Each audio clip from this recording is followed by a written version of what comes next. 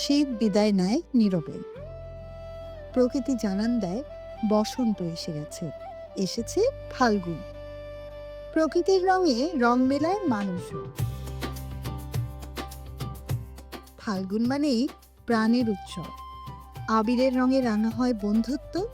এই রঙে নেই নিয়ম, নেই বড় ছোট, আছে শুধুই আনন্দ।